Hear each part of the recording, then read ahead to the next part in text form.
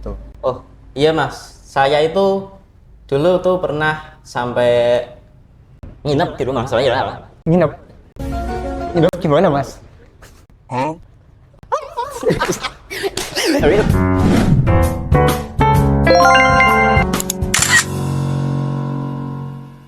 Ya, assalamualaikum warahmatullahi wabarakatuh. Kembali lagi di podcast saya kali ini. Saya Danang Wijaya dan podcast kali ini bertemakan pendidikan di Indonesia. Hari ini saya kedatangan tamu spesial dari SMK, salah satu SMK di Salatiga. Hai. Untuk Mas siapa? Halo, nama saya Mas Dimas Prasetyawan. Ya, saya panggil Mas Dimas saja ya. Oke. Mas Dimas ini salah satu siswa di Salatiga. Boleh saya tanya-tanya sebentar ya, Mas? Oh iya. Oke. Untuk pertanyaan pertama, kira-kira Mas Dimas ini lebih pilih kurikulum Merdeka atau K13 nih, Mas? Kalau saya sendiri sih milihnya lebih ke kurikulum Merdeka ya mas ya.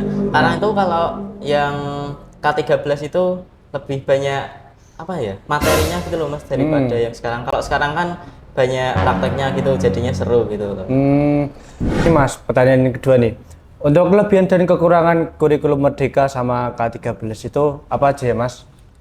Kelebihan dari kurikulum Merdeka ini kan kalau saya kan dari sebagai murid SMK di SMK 2 Salatiga kan itu kan ada jurusan audio video. Ya. Nah, itu kayak buat video gitu lah, Mas. Nah, itu tuh kita itu jadi bebas gitu loh. Misalkan ada jurusan lain, misal kayak TKR gitu. Kita itu boleh mempertanya-tanyai gitu soal TKR itu apa aja. Jadi kita bebas entah itu TKR atau lagi teknik sipil. Kita itu bisa berkolaborasi gitu. Tapi kalau kekurangannya itu kita itu jadi lebih lelah gitu mas. Masalahnya kan gurunya itu juga bebas juga dalam hal belajar gitu. Jadi kita kebanyakan itu belajar mandiri gitu. Iya. Maaf ini mas, out the topic nih. Untuk Mas Dimas sendiri jurusannya itu apa sih? Ya tadi jurusan saya itu teknik audio video mas. Jadi kalau pas masuk kurikulum Merdeka itu ada terjadi perubahan nama apa enggak sih? Kalau jurusan itu nggak ada mas, tapi kalau perubahan nama itu ada. Itu ada PPKN yang dulunya itu kan kayak pelajaran kewarganegaraan toh. Nah sekarang itu jadi pelajaran Pancasila. Itu kayak isinya itu kalau yang dulu kan kewarganegaraan. Nah sekarang kita itu lebih mendalami yang Pancasilanya itu karena kan apa itu Pancasila kan jadi asas-asasnya simbol negara gitu loh. Jadi kita harus berbangsa seperti Pancasila. Seperti itu. Apa selanjutnya nih mas? Pertanyaan selanjutnya, teknologi apa yang mendukung kurikulum Merdeka nih? Itu malah teknologi sekarang itu malah banyak berkontribusi dalam teknologi sekarang itu malah banyak berkontribusi dalam kurikulum Merdeka. Karena itu kan kita kan lebih banyak seperti presentasi gitu kan. Jadi kan kalau presentasi kan kita juga butuh desain-desain juga gitu dari kayak misal Canva atau PPT. Kalau yang monoton gitu kan kayak kurang asik gitu kan. Jadi kita itu butuh desain gitu yang bagus gitu. Kan itu juga memerlukan teknologi juga. Untuk di sekolahnya Mas Dimas itu ada praktek, kan saya dengar nih ada praktek P5. Nah ini di sekolah Mas Dimas itu ada nggak sih? P5 itu biasanya diadakan 2 bulan atau 4 bulanan gitu sekali mas. Itu ada 2 bulan apa 1 bulan 2 bulan sekali ya? Iya itu ada. Terakhir itu ngelaksanin P5 itu kapan mas? Itu waktu itu kalau saya yang ngelakuin itu sebenarnya itu kan programnya kelas 10 gitu kan. Kalau yang kelas 11 itu lebih ke materi. Kelas 10-nya itu lebih ke praktek gitu. Jadi dulu saya kelas 10 itu kayak praktek itu di lapangan disuruh kita di lapangan disuruh mempresentasikan tema kita itu sesuai tema. Misal kita temanya itu berbudaya. Jadi nanti kita bisa bikin apa? Bikin kayak rumah-rumah adat-adat gitu loh, Mas. Nah, seperti itu. Ini ya, untuk pertanyaan selanjutnya. iya. Kira-kira dampak yang dirasakan setelah memasuki kurikulum Merdeka setelah ajaran tahun 2013 itu apa ya Mas dampaknya? Dampaknya itu ya murid-murid paling itu banyak kan kaget gitu Mas ya. Iya. Kan K13 kan materi terus materi. Sekarang kan kita bebas gitu, sering-sering berkelompok. Gurunya ya hanya apa? Memerintah gitu. Kita cari apa? Cari materi sendiri gitu.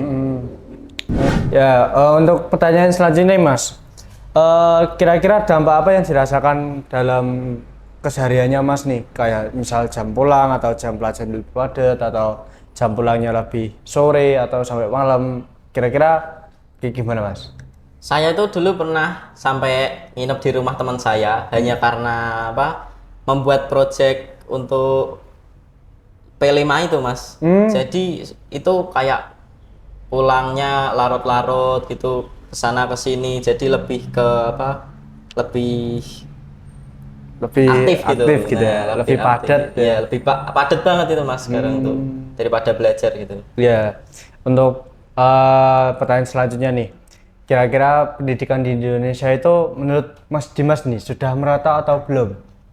Pendidikan Indonesia sekarang itu belum merata Mas, karena itu infrastruktur dari sekolahnya itu belum memadai, terus tenaga kerja kan banyak yang kekurangan gitu, terus dari segi ekonomi juga kan Indonesia kan belum seimbang ekonominya, jadi ada kawasan-kawasan daerah-daerah tertentu itu belum ada pendidikan, bahkan sampai belum ada sekolah gitu. Ya. Oke, untuk pertanyaan selanjutnya nih Mas. Apakah kurikulum Merdeka berdampak pada belajar dalam keseharian Anda? Itu sangat berdampak Mas. Saya itu jadi lebih kreatif gitu kan, jadi lebih apa aktif juga. Masalahnya kalau K13 dulu itu kan apa? Saya kayak tertekan gitu, isinya cuma materi kayak apa? Lebih ke teks itu banyak banget. Sekarang kan ada apa? Ada hal prakteknya gitu. Iya. Kira-kira nih Mas, kan dalam ekstrakurikuler itu pasti apa ada yang nambahnya, ada bertambah atau berkurang dalam berkembangnya kurikulum ya. Nah, sebelum kurikulum Merdeka itu kira-kira ada tambahan atau apa? Tetap itu aja ekstrakurikulernya. Kalau saya lihat-lihat di sekolah itu ada tambahan seperti bersosialisasi dalam belajar gitu, ada apa ya gitu, ada ekstrakurikuler tentang perpustakaan, ada ekstrakurikuler tentang lingkungan hidup gitu, dan ada yang banyak lain Mas, tapi saya lupa itu apa aja. Itu kayak menyangkut apa, menyangkut kurikulum Merdeka juga itu Mas.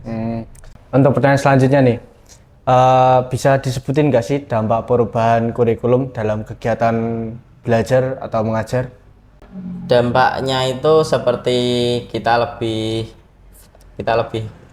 dampaknya kita lebih kreatif, terus kita lebih berpikir kritis, kita lebih inklusif, dan kita itu lebih banyak menerima hal baru, dan kita itu inovasinya itu banyak banget gitu loh. Jadi seperti itu teman-teman, memasuki kurikulum Merdeka itu malah justru jam pelajaran kalian itu lebih padat, tapi ya seru gitu.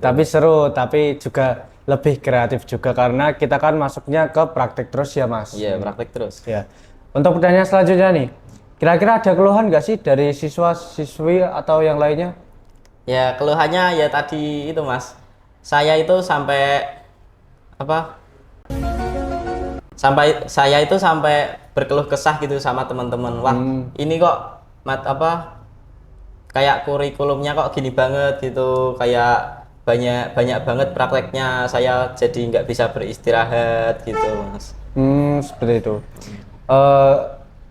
Yang lainnya nih Mas, kira-kira pendidikan di Indonesia itu bukannya mengecek nih Mas, tapi kan kita tahu sendiri pendidikan di Indonesia itu kurang merata juga. Nah, untuk pendapatnya Mas Dimas sendiri gimana?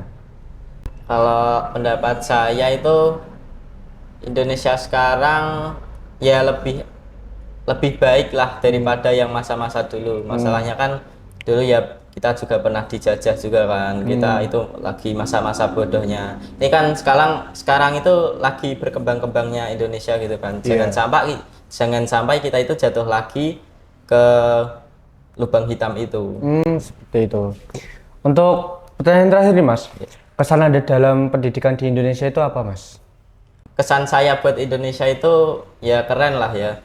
Pendapat saya semoga Indonesia itu terus memperkembangkan pendidikan kita itu agar siswa-siswa juga lebih nyaman dalam belajar dan juga guru-guru, siswa dan seluruh rakyat Indonesia itu bisa menerima dengan baik.